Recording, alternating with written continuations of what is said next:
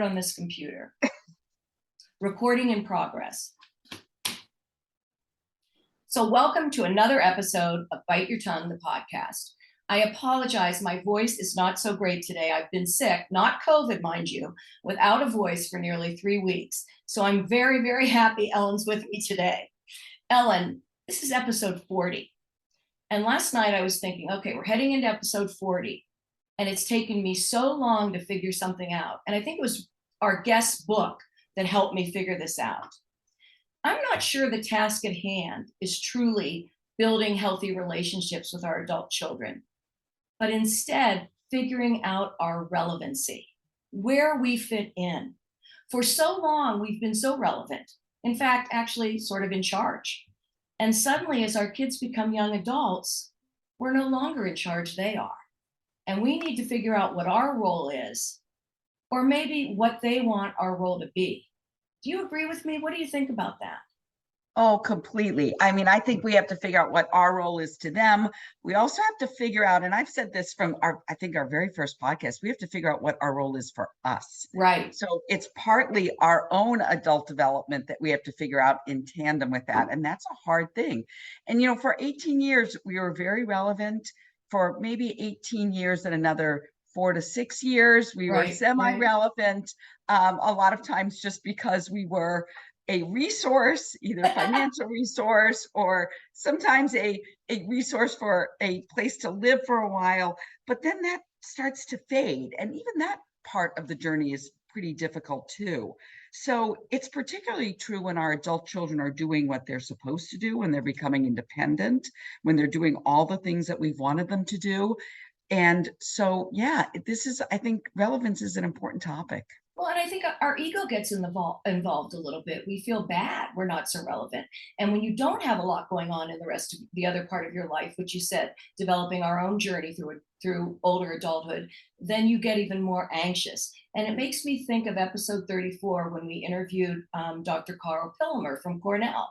And he pointed out that psychological term I'd never heard of, intergenerational state.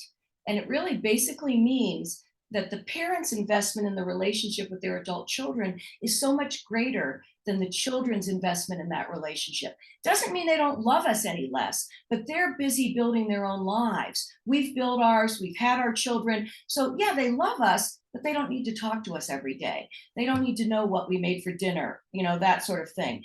And there may be some struggle and lots of ups and downs, but it doesn't mean it's not a loving relationship. It's just different from the one we had before. Well, that gets us right to today's podcast. We named our podcast Bite Your Tongue because all along, most believe the adage, bite your tongue, loosen your purse strings, and wear beige. Today's guest will counter all of that. In fact, she believes that biting your tongue or silence doesn't build intimacy. She says that giving advice is not at all bad. We just must learn to do it right so we don't alienate our children, or that they just stop listening to us because we're talking too much. So I'm excited to introduce her because I've always wondered how you build authentic relationships if you're biting your tongue all the time. And even though it's a lot easier to build relationships with friends, it's almost impossible to know day to day how to do this in a way that's really helpful to our kids.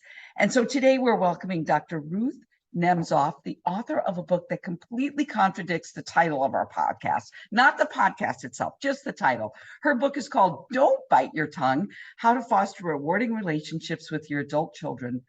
And it's garnering lots of attention. As one reviewer said, it offers parents of adult children a way to take the bite out of what can be complex relationships.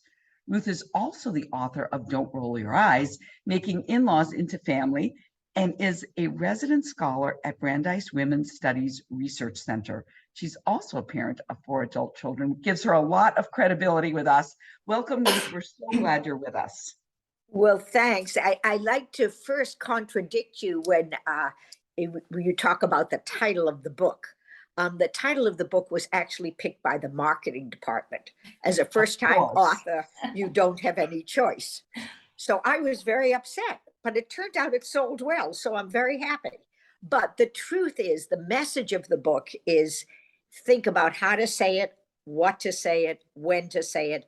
And if I were writing it today, I'd have a whole chapter on what medium to say it, because we have so many choices of different ways of saying things. And part of that meaning is nonverbal. In other words, the Texting medium of or rolling your texting, of eyes, course, texting. Okay. texting, but also you can sometimes communicate with people by, as I'm sure your friends have done for you, with chicken soup, with flowers, with chocolates, with just actions, by just going for a walk. So actually, I had to straighten that out. I'd also like to just relate to a couple of other things you said, which is that when I talk about giving advice to children, I think it's perfectly okay to give advice. It's just not okay to expect them to follow it. And you need to make that clear to them, that this is one idea, and I hope you'll gather other ideas. This is not only one idea. I want you to tell you why I think what I think, because you may be completely out of date, you may be completely off base, and you help them have a frame of reference how to judge your advice. Well, you've And I kind of, guess that, I'm sorry, go go ahead. ahead. Well, you've kind of The la- started us off because we had a list of questions, but now I'm going to ask you this because this is top of mind to me. Sure. So you say that, and I think with my own adult children, I try to do that. I might give advice and I'd say, but I'm out of the loop these days. I don't know what the Right. work, I really don't know the work environment. Socially, things are much more casual, all that sort of thing. However, one of our guests said, and you might know, oh no, she's from New York, Jane Isay, who wrote, Oh, I know Jane. you We're know friends. Jane, yeah. And I loved Wonderful interviewing her. gal. Right, loved Yeah. interviewing her. And she said, and I really believe this, when a parent speaks, it's like a giant megaphone. So Right. what they take to their heart. So even if they don't agree with what you're saying, I worry that what I say, they might take too seriously when I'm completely wrong. So I worry about giving the advice where even if they disagree with me, and sometimes they'll come back with, doesn't make any sense, mom, blah, blah, blah. And the same with my parents, yet it still stayed with me. And I don't want something that I say that's totally off the track to stay with them.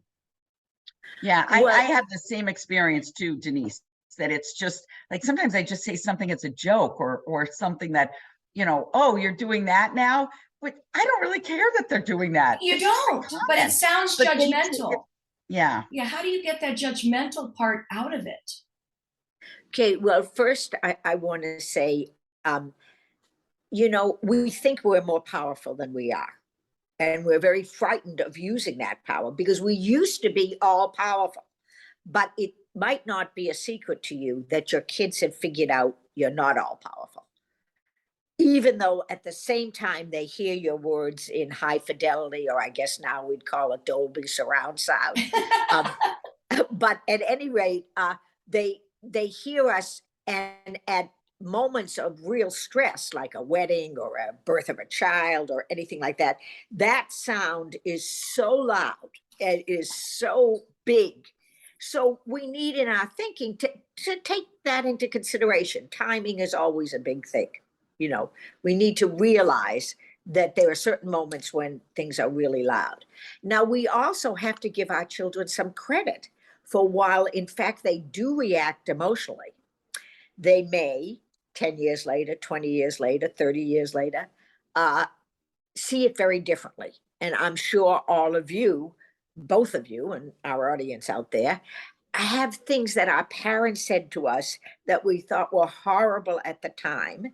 And now either we think they're funny or very age, kind of like an antique curtain or something. But it also might have resonance. And I think in Don't Bite Your Tongue, I use the example of my mother, telling me to write thank you notes, and the faster you write your thank you note, the less good it has to be. And I was, oh, mother, mother. And now I think of that all the time. I'm going to send that email immediately because it doesn't have to be as good if I have to wait 3 months and finally have to say something brilliant. What do you think about thank you notes? Yes. I still remind I still say, don't forget to send them a thank you note. Should I never say that? Well, I think by now your children have probably figured out how to block it out. and Interesting. they've internalized it enough. Mhm, So I mhm, think that the society, one of the things we talk about is letting go. And you've mhm. been hearing about letting go since, you sent your kid to nursery school and they tell you to let go.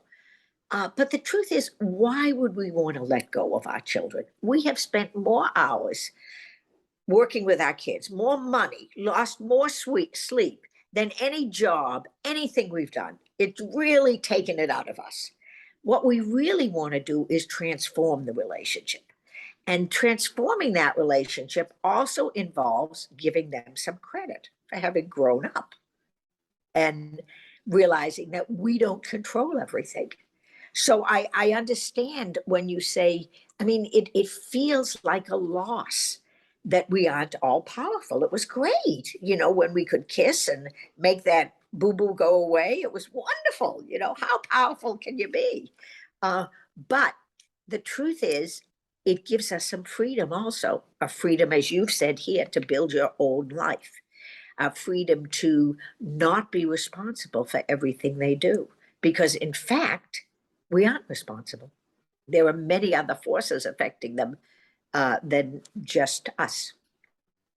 With that, there's a paragraph in your book that I really love about letting go. And I'm gonna share my screen. I shouldn't Okay. say that. Let's start again so Connie can there's a paragraph in your book that I really like.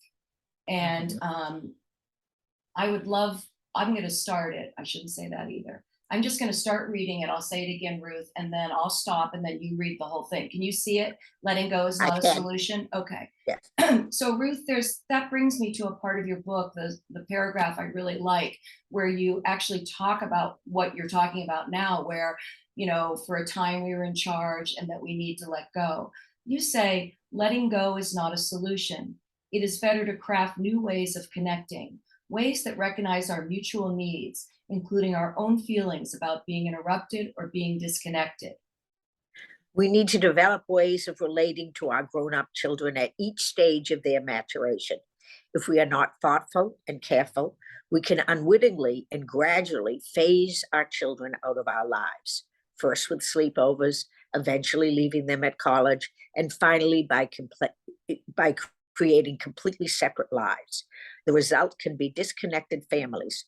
Rather than letting go, let's develop new ways of relating. That's beautiful. Here's what I want to ask about that too. Did Ruth come back? Yeah. Did you Yes. like that? Did you like that one, Ellen? Yeah. Yeah. So here's what I want to know though. We get a lot of questions about failure to launch. You're right. Give your kids credit for, building their own lives, that sort of thing. You came to us via Judith Smith, right? Judith. She Oh, recommended yes. you to us, and she Yeah. wrote that wonderful book on parenting difficult adult children. And where do you stand with that? I mean, it's such a burden when your children aren't launching. And how do you face that? Do you have any advice for that? Well, first of all, failure to launch, it has changed dramatically in the last 3 years. So Mhm. up until then, if your child moved back home in many echelons of society or any stratas of society or in various groups, that was considered a failure. Now it's considered a wise economic decision because the economy has changed. So I think I try to give in the book a recipe for how you go about changing these relationships. And when I say a recipe, it's not a recipe like from Gourmet Magazine. It's a recipe from the peasants, our forebears. In other words, you work with what you've got. It's like going into the fridge, seeing what you have and conjuring up a meal as opposed to following 3 cups of this and 2 cups of that. So the first thing is knowing ourselves, because we want to make sure that that when our kids say to us, oh, you're just doing that so you can brag to people, they might be right, and we need to own that. But secondly, we need to know the environment. And what is failure to launch for one person may not be failure to launch for another. So in many societies, kids live with their parents until they marry, and it could be age 40, age 34, whatever. That hasn't been the norm here. It may become the norm now. We began to see some of the benefits of intergenerational living. Those with grandchildren became more involved. Parents needed help. So I would say that is in flux right now. Another thing is training periods are much longer. So your children might, for example, have life and death responsibility as, let's say, a surgical intern or a surgical resident. They're almost 40 years old by the time that happens. And so they're in some ways very independent, but in others, they may need a little assistance from you financially. So that's one kind. Now, this book I wrote sort of for the normal neurotic like you and me, as opposed to Judith is talking about cases where the children are truly in having problems beyond the normal storm and drang of life. Right, right. But I guess, how do you figure that out when your child, even though it's the norm and the kids in your basement living or in their bedroom, Right. how do you divvy up roles and responsibility? They're no longer the teenager going to school every day. What are your expectations and how do you set them? Oh, you are so right. Absolutely. When the kids come home, whether for short or long visits, but particularly for long visits, sit down, make the deal clear. Do you have to pay rent? What do you have to do in terms of the minutia of household chores, right? So, can you leave the laundry in the laundry room? Do you have to take it out of the dryer and bring it into your own room? Can you leave the coffee cups in the living room? Whatever you need to negotiate in advance. What is the deal? Are we paying in money? Are we paying in kind? Are you expected to cook once a week? Are you expected to tell me if you're going to be home after midnight? Which very often the kids will say, Mom, I'm 30 years old. And yes, I don't really care where you're going. I just need to know whether I should leave the light on or not. And I think they can laugh with you about that. And but really making the minutia clear is very important in advance. And not only that, but having a method to look back and see, is this working? Is it not? Can you have guests in the house? Can they be overnight guests, etc.? So I'm going to give you a real life situation from my great. youngest, because he's sort of in between these two poles. And Yes. I am in a situation where I tend to be I think Denise and I are a little bit different in that way. I tend to not say something and then regret not doing enough. So he is the sort of child who's completely living on his own, but wishing he had made different choices when he was younger, like finishing, doing all the things that I did suggest to him that he didn't. So now he's in a situation where, he's in his late 20s. He doesn't have the job that he wants. And it's hard because I want to give him direction and maybe even support. So this is where it gets tricky. And I think I see a lot of other parents in this situation where they have a child who's launch-ish, like he's sort of launched, but he's not quite successful in his eyes, not in mine. For me, success is, do I not pay your phone bill at age 30? And that's good enough for me. If you're reasonably happy living on your own. But it's that sort of like, how much advice do we give at that age? It's almost like the advice you would give to an 18-year-old in some ways. What would you suggest? Well, first of all, if he's unhappy, first of all, I congratulate him and really be positive about what he has accomplished, which is supporting himself. Yeah. That is not a small deal, that you can support yourself. Absolutely. And really let him know how proud you are of that. And if you just say, look, I want to talk about this. I know you seem unhappy. Yeah. And if I can be of any help, I would be happy to do it. And then you can outline, say, I just want to talk about it. We don't have to talk about it many times. But for example, if you want to go back to college, I want you to know I will pay, I won't pay, what percentage you would pay, or or whatever, or you could move back home so you could save money and you could pay, or there are many options. I think that's the thing, we're so limited in yes or no. There are many options you could present to him and say, look, you don't have to tell me now. We don't have to discuss it again. I just want you to know the kind of support I'm willing to be if you decide to do that. Now, one of the ways also he has many options, because we think of college, that those 4 years, and it has to be after high school. In fact, we're living, knowing the environment, we're living at a time where many options are open. There are weekend colleges, there are online colleges, there are still evening classes, and so he doesn't necessarily have to give up work. So just open up the discussion in terms of the myriad of possibilities and what your role could be if he wants it to be. And if he doesn't, that's okay too. You gave some great advice though here that I didn't really think of. And I think this is really good for parents. You need to be prepared for these conversations. Absolutely. Do you know what I mean? Like you said, Do like your present him homework. with options. Well, I've got to do some thinking about that on my own. Like what is okay for me? Again, sort of like that whole idea about we've got to figure out us and what we can tolerate, what we want. And, as well as listening to them. It really is a two-way street. Right. That's exactly what the point of the whole book is, that Yeah. relationships are between people, and there are two people involved, and you can't diss one or the other. And the idea of silencing the parent doesn't make sense, nor silencing the child. Yeah, exactly. So that brings me, just wait a minute, but then I want to go back. That brings me to another thing you can read, okay? Silencing our voices, because I really think I'm completely silenced. I'm just going to tell you both. Not with my son as much as my daughter. Okay, here it is. So Ruth, that brings me to another point in your book, and I want to bring something I want to bring something up afterwards. But you talk about parents silencing their voices and how we want to reclaim them.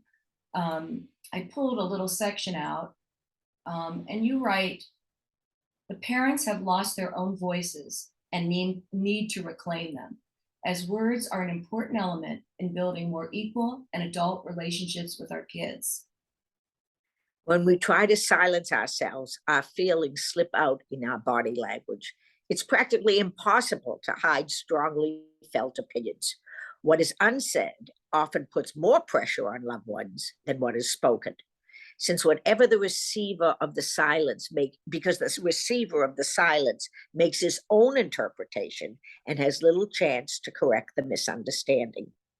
Asking questions or offering opinions that encourage interaction rather than making pronouncements or remaining silent can be supportive of a child's independence. Sometimes, however, if we wait until our anger has passed, until a moment when we can see the other's perspective, we can select words that are more loving and calm rather than angry or insulted. We do this in our work lives. After all, we do not confront every situation in the moment it occurs, but wait until we've calmed down. So that's about self-control. It's about really realizing that, I know that when my daughter walks into the room, before I've even formed the thought, she'll say, "You don't like this outfit, do you?" And she's right. She's right. She's absolutely right. So our children know us. They are brilliant psychologists. They recognize that raise of the eyebrow, that slight look, that harumph. So instead of having them misinterpret it, there was a great show on NPR about the mind and how people misinterpret others' actions all the time. But if you talk about it, you get a chance to see maybe it has a different meaning. And you also said something very interesting. You talked about the different relationship between your daughter and your son. Mm-hmm. And it may be gendered, it may be personality. It doesn't matter what the reason is, but this just points out that each relationship is different. Mm-hmm. And what you did with one child, but we know this from when they were babies, right? And my son, I usually write it because it's better. I can really think through my thoughts. And I always say, I know I should be biting my tongue, but I love you and I just want to share my whatevers. And he'll write back, I still save this. He wrote back, Mom, I always want to hear your advice. It doesn't mean I'll always listen, but I always want to hear it. And he's right. Beautiful. Whereas my daughter might Yeah. take it a little more. Anyway, I don't want to go into personal things. I have another story I'll share maybe later, but I want to go to what Ellen said. You said, as long as they're paying their phone bill, you're okay. I'm not that person. I look way down the road. Is the job going to sustain them for the rest of their lives? I hate the idea that I'm dead and they're living on the street. My glass is always completely empty, which is a really sad way to live. I'm working on filling it up a little bit more.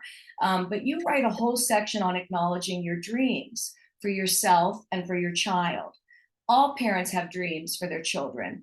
And, you say goodbye to fantasy and hello to reality. Can you talk about that a little bit? Because we're all facing that reality. They were going to be president in second grade. Don't you know that? Yeah.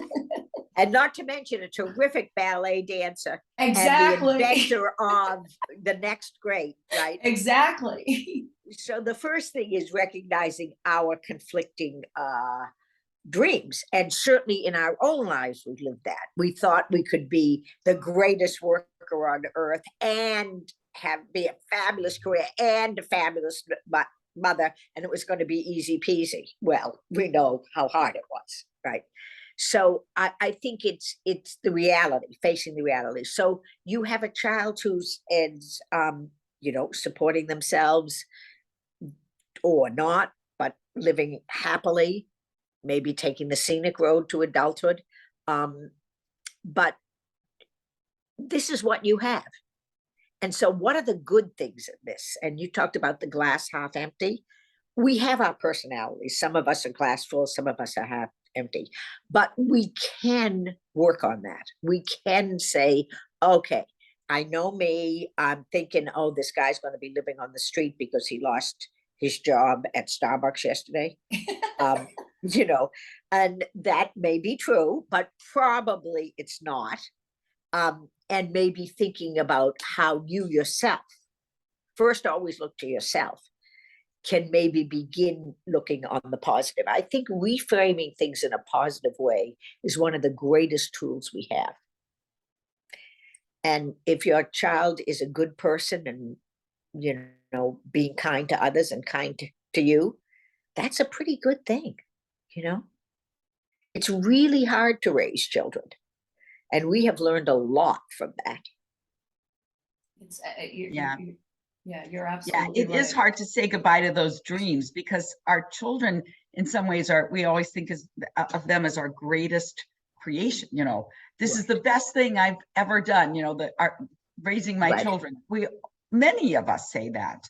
And then to think that, well, they're not going to, this is the age when we're like, they're not going to be president. They might not even be a CEO, and they might not want that. In fact, they start to tell us, especially this generation, I'd rather not have that CEO job. I'd rather just live a little bit and not do what you did. So a lot of the things that we dream for them aren't happening because they don't want them. Absolutely. It's a loss for us in some way. Well, Yeah. I think you brought up a really important thing. So we as parents, our ego is very much involved with our children. It's like our report card, did we get an A? But the fact of the matter is, we don't control that, number one. And number two, we rarely take credit for their successes. We mostly take credit for their failures. It's because of me that they didn't get an A in exam, forgetting that they went out all night drinking and forgot to study. They have some part in this. And I always find that fascinating, that we, if I ask a group of parents, what did you do wrong with your kids? The discussion could go on for days. If I ask, tell me one thing you did right, the silence is deafening. So why do we beat ourselves up like that? I think that's absolutely true. So true. I think, and we've discussed this in a couple other podcasts in a different way, that parents of adult children don't want to share their struggles. And the ego, because the ego's in the way, they don't want to say, Sammy's really struggling because he lost his job. The parent won't say that. They'll say, I'm so proud he's now been promoted to X, Y, or Z, but they won't ask for advice from friends on how to help their adult kid because they're embarrassed. Okay, so let me say that's one of the reasons we're quiet. The other reason is because out of respect for our children. That's true too. That's true too. When the kids were little, and we were, in my day, we had the coffee klatch. I think you people and we had play groups. Okay, play groups. You're in the play group, and you say, I'm having trouble. Johnny won't let go of his bottle. Right. We talk about that, and partly because that whole struggle of whether drinking with the bottle or the cup is universal, and also we're trying to figure it out, but now we have to respect our children's privacy, so that makes it a little complicated. That's true. It isn't just that we're trying to portray to the world an image. But why is there so much bragging? I feel like I go to a dinner and the first thing people say is, how's Katie and Charlie, or how's, and right. I've just started, I feel like the older they get, they're living wonderful lives, they're great. I just say they're great. I try not to go into too many specifics. Well, they still living here? Are they still doing this? It's just, I don't know where to go from there. And then the question is, are you nervous because of them or because of you? Because you are afraid you'll be judged. And that is a very interesting question. We always have to look at ourselves first. What is it that troubles us about our friends asking? Some people are asking out of genuine love for your kids, right? And you probably have a different reaction than with some casual person who was, you met at a football game in 6th grade. Definitely. Again, it's the relationship of the conversation. And perhaps it's appropriate with that person who you're not close with when they're asking about your kids to be a little bit, they're doing great. You're absolutely right. With people that are close to me, I don't mind. But pretty much their lives are status quo. No one's getting married. No one's having a baby. No one's changing jobs. It's not about me or them. I just don't have much to offer. Well, first of all, that's true, and perhaps that's appropriate. But it's also true that on the one hand, you are right. No one's getting married unless you miss the invitation, and so forth. And don't laugh about that, because we are no longer always invited to the wedding. You're right. Well, I have told my kids, I don't care if you get married wherever. I want to at least have binoculars so I can see. At any rate, but a lot is happening in their lives, because life is made up of lots of little everyday things. And one of the things that I say to parents is, don't make every conversation a big conversation. The way we relate to people is through the dailiness of life. The red light didn't turn. I was so frustrated. I was late. It's the little teeny things, and that's a wonderful way to relate to your kids, to start relating to your kids just on things you enjoy doing. And I think if you look on your relationships, we've had a lot of experience now. We've changed our relationship from the baby to the toddler, right? We're no longer carrying kids around. We let them walk all the way to the other side of the room and eventually across the street and so forth. So we've learned how to take the relationship and build it. And then, gradually we let them, cross the main streets and go off on their own. We also have had experiences in our volunteer life, working with other people in the community, some of whom we liked, some of whom we didn't like. And how about at work? We've worked with a lot of people. So whether it's paid or unpaid, we have learned some lessons in building relationships. And also with friends, how do you build a new friendship? Okay, you meet a person, you start talking, you find things in common, right? Oh, you've been to Philly? I was in Philly once, right? Did you go to the Barnes Museum? Oh, you went down to Rittenhouse Square. I was once there. Oh, tell me about it, right? So that's how you begin to build a relationship on little nothings. So we're almost starting from scratch. Go ahead, Ellen. Yeah. What's interesting is that as adults, we approach other adults with children first with asking about their children. Mhm. Do you know what I Right. mean? Like in that conversation, why do we do that? Why Why do don't we? I ask you what's going on for you? Not what's going on with your children, but I just feel like we need to put our own sort of self out there and be asking questions of each other about our own lives. Even if we're not doing anything, what about our inner lives? This is a really interesting time of life to grow And old. that's a great way to shift the discussion. My kids are great. All's going well there. And I want to tell you what I'm doing. I'm really excited about this podcast I'm running and so forth. But I would say some of that is quite gendered because and ageist Mm. in that they'll ask the men, how's work going? How's your And golf game? exactly. How's retirement if they're not One of working? the Yeah. one of the things I notice now that my hair has I turned gray, I say to young people, I got this for free that you have to pay for, now that gray is the fashion for young people. I notice people are afraid to say to me, what are you doing these days? Because they don't know, am I retired? Am I not? How do they, people, I think it's looking at people's effort to communicate rather than the words they say. Mm. Mhm. And just taking it as I'm trying to just connect with you and help them connect. We can help them by telling them something about ourselves. Mhm. And asking about them. Yeah, absolutely. Yeah. And so another thing I wanted to bring up was, and I loved this part of your book, and I'm sure you can talk a lot about it. Intimacy and irritation go hand in hand. I Oh, have my been a favorite. strong proponent of this. Sometimes my daughter and I will have, I don't want to say fights, but we'll argue about something to the point that both of us will be in tears. And we hug each other at the end, and I say, this is what brings us closer. Absolutely.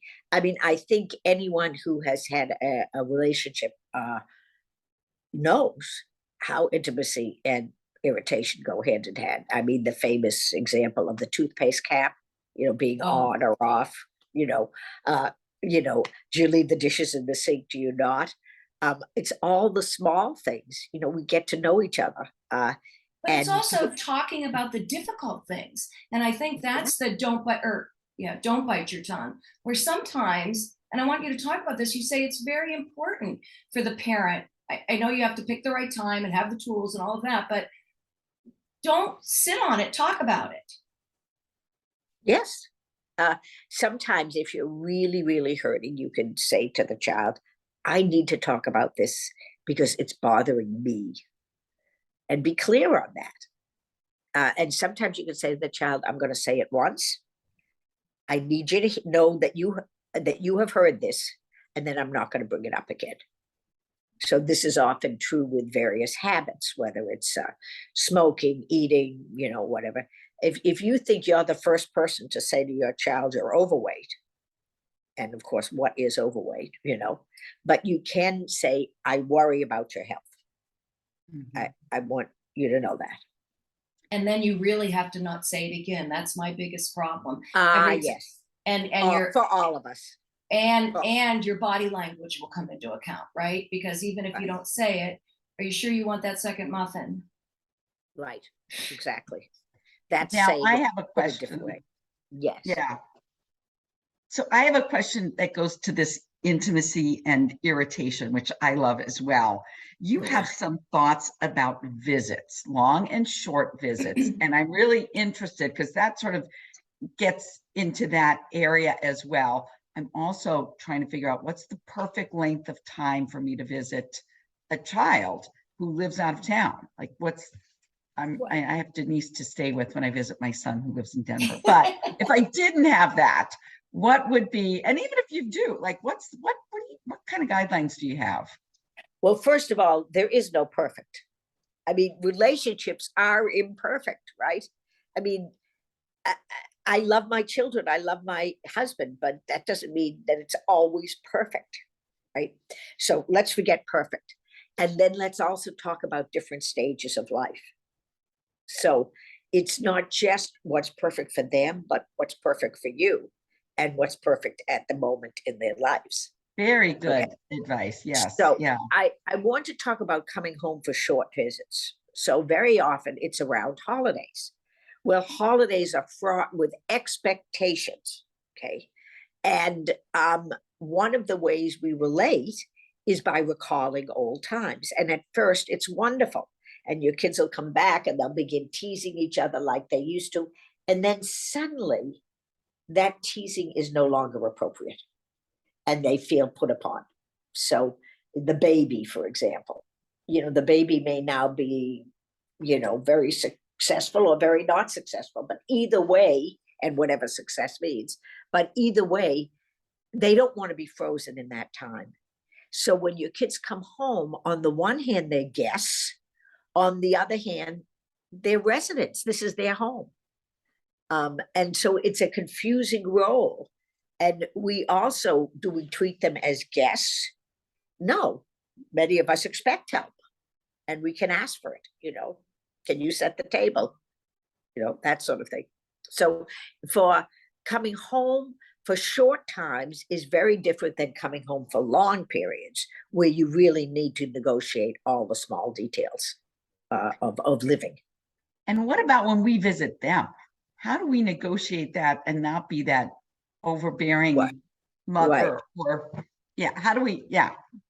Well, there are many ways, but one thing I can say that's helpful is the rule: my rules, my house; your rules, your house. And but even in that, they may throw their dirty laundry on the floor. You don't have to do that. You can do what you want with your dirty laundry, in the sense of just putting it in your suitcase or whatever you do. So I was having dinner last night with a friend, and this Yes. actually came up, and their daughter lives in a different town. And he said, she's just a terrible housekeeper. I go and I just clean the house from top to bottom. And when she picked me up at the airport, the car was just packed with junk. And I said, do I have time to get the car washed? If I came into my kid's house and started cleaning, because they know I need everything clean too, I think they would be upset. I'm not sure I would do that.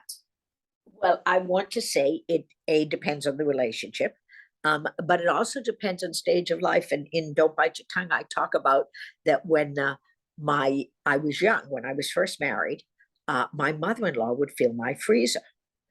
And I was deeply insulted. This was before the women's movement. And I was like, you don't think I could take care of your son, the prince, I might say. Right. And and then many years later, well, a lot had changed. I was in graduate school. I had 3 kids. I was working. Also, the society has changed. It was no longer the expectation that the way I would take care of my husband was by baking brownies for him, right? And then she would fill my freezer, and she didn't change her behavior at all. What changed was me and the society. And I was like, thank you so much. Thank you so much, So understanding the timing of it all, and also asking, I mean, if you want to come in my house and clean, you are welcome.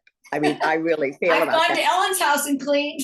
Right. I And actually my had house is clean, by the way. No, but that just, I mean, it does sort of. No. But when you were in your big house, I cleaned the kids' I don't like clutter, and I love to clean it. I know. And it's true. And my daughter actually wrote a essay about me cleaning the bathroom. It was a wonderful essay, and it took them through sort of the kids' lives. It was really sweet.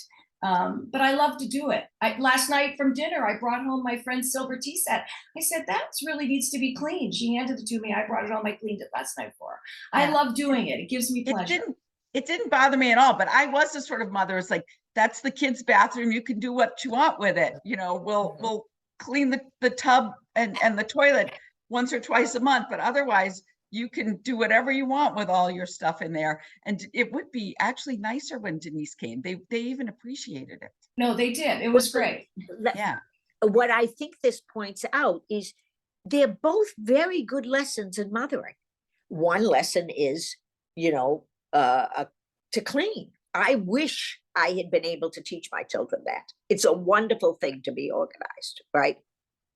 Thank God my sister could teach them that, because I couldn't. But the other is the idea, this is your nest, and are responsible for it in any way you want. They're both different ways of parenting, and they're very good ways, both of them. And we all know that no matter which one you use, the kids may turn out differently. I mean, And they're going to do what they want to do without, this is sort of like, here's the best I can offer. Now go figure it out for yourself. And they do. Well, my but daughter in loves, either case, there's not a real danger. I mean, we can catastrophize that they're going to die of some great bacterial infection or whatever, but most of us don't, because we left a ring around the tub. So I just really thinking about, do these things matter in the great scheme of lives?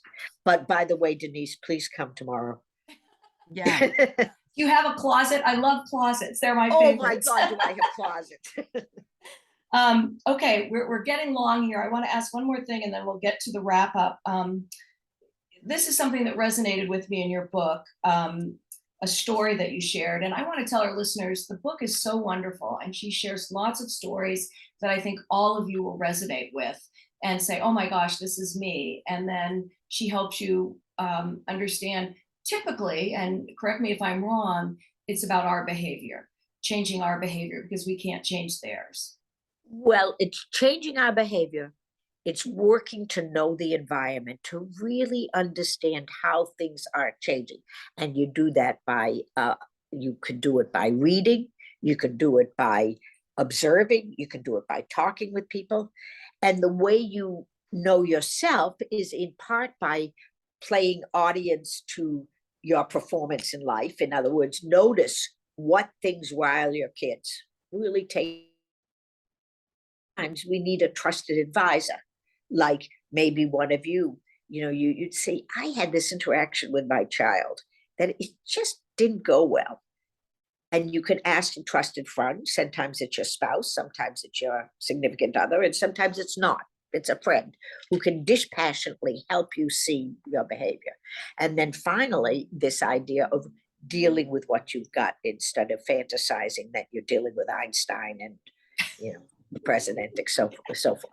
Yes. So this story was your adult child moves into a new place and you can't wait to see it. And in your story, when the mom arrived and she was an interior designer, the first thing she said, and she didn't mean it by anything, she said, the living room's a bit small.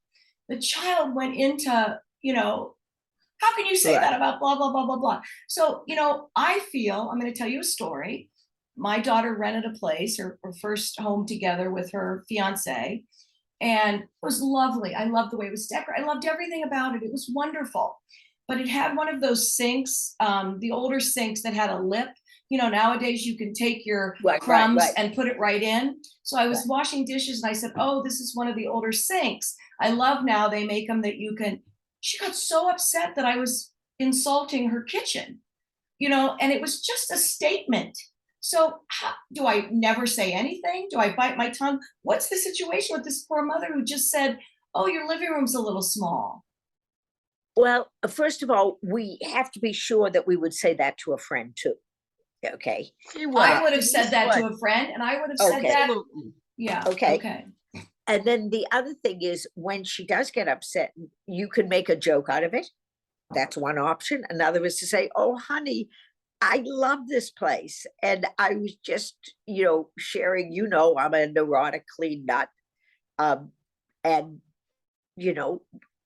acknowledge your part in this, which is you're a neurotic clean nut, which I would love to have, love to be. So I think there are just many ways to handle it and say, honey, I really did not mean to hurt your feelings. Well, and in your situation, the mother spoke and the daughter said, why do you always voice your opinion?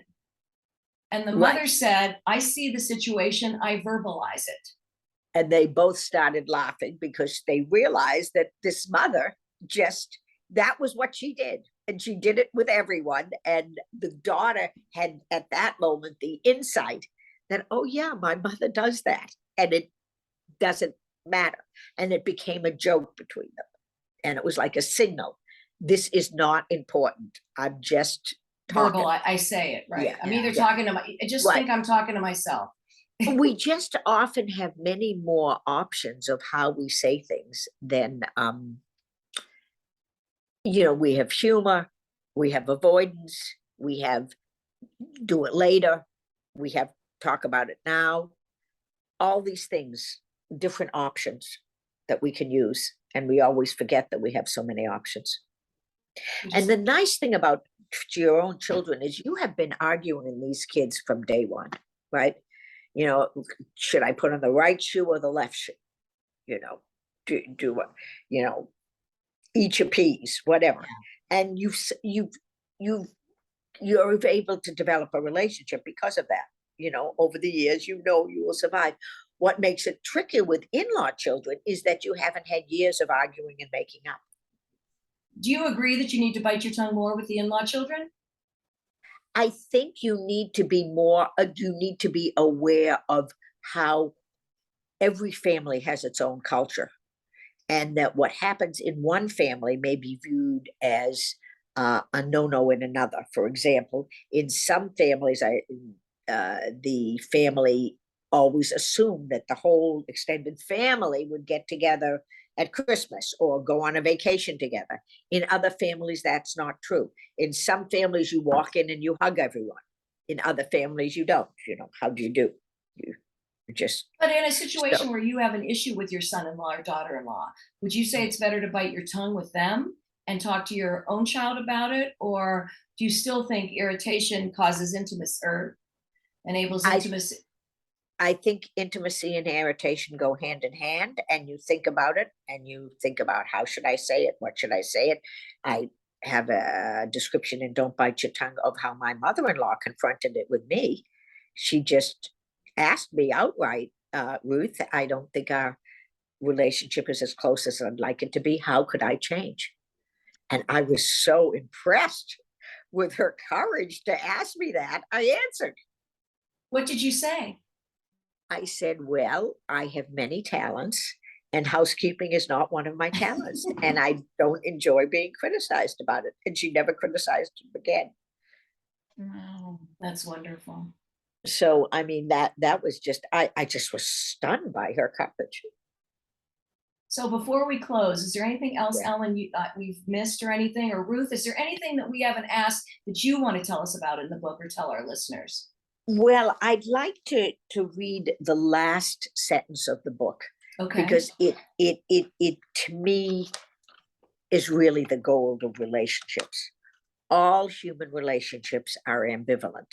The only complete relationships are those in which hostility can be expressed and the relationship maintained.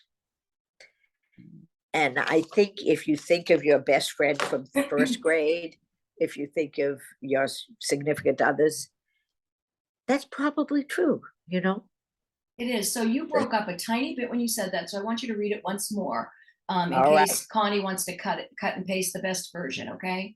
Okay. All human relationships are ambivalent. The only complete relations are those in which hostility can be expressed and the relationship maintained. It's beautiful. So that's what our goal is. Our goal is not, sugar and spice and everything nice. That's a fantasy. So before we close, although you kind of did this, but I don't want to leave it out, Right. we always ask our guests to tell us 2 things you want to leave with our listeners. What would those 2 pieces of advice be for our listeners? Okay. I actually would say that we have many more tools than we know we have. So I want you to reframe, put things in the positive. So if you are always, or even sometimes always thinking of the worst, try to put it in the positive, because most things have a good side to it. I would also advise you to think good thoughts, not bad. In other words, interpret things in a good way. For example, let's say you're at the house and your child clears the coffee cup. They may be wanting to run the dishwasher, not be trying to kick you out of the house. So don't always put a bad spin on things. And just bring all the wonderful things you've learned in life to this relationship. Such terrific. great advice. Really great Such advice. great advice. And I'm going to take the piece that I'm going to take that you didn't say is work with what you have. I Oh, also think yes. that that is so important. I love that metaphor that it's a recipe made out of what's already in the refrigerator. Right. And Yes. all our favorite things in the cabinet. And we've Right. got to work with that. Well, in many respects, I hope that some of the adult children listen to this podcast because it sums up Oh, our role and their role in some ways, realizing Well, that they have to deal with what we have. Sorry. Oh, no, I was going true. to say, I love it when adult children come to my talks because we all hear someone else's children better than our own. And I they was hear going to bring, someone else's mother. absolutely. I have better so than many their great own. relationships with Right. everyone else's adult kids Oh, because I can completely. say Denise whatever I does, want. yes. Right. I Yeah. do. So we Ruth, can thank you kinda so look for much. that. Yeah. Thank you Right. so much for, go ahead. I'm sorry. I just want to tell the editor to cut out that business where I called you a neurotic because Oh, I no, really no, don't. it's fine. She no, doesn't, she'll make there's that a decision. reason. It's fine. Th- I am neurotic. No. Everyone knows it. Right. No, the reason why I say that is I don't think it's good to Label. label people. Okay. So okay. I think that's not the advice I want to give. Okay. Okay. I will take that out for you. Okay. Good, But good. my Thank you. husband will say I'm the cleanest, messiest person he knows. I do make big messes, but then I spend a lot of time cleaning it all up and I'm reorganizing cabinets all the time. Let's do our goodbye, but I want you to stay on after our goodbye and I'll stop Okay. recording. But Connie always likes us to have a really nice, Oh, so Ruth, thank you so much for joining us today. This was terrific. We've loved it. good. I I enjoyed it learned too. so much. I learned so much. Thank you so much. And I've got to Great. figure out, we can't change the name of our podcast. We just have to realize that you don't have to bite your tongue. You just have to work with what you have before you Yes, bite and it. maybe you need to chew on it a little. Chew on it. Yeah. Perfect. All right. Thank you so much. All right. Okay.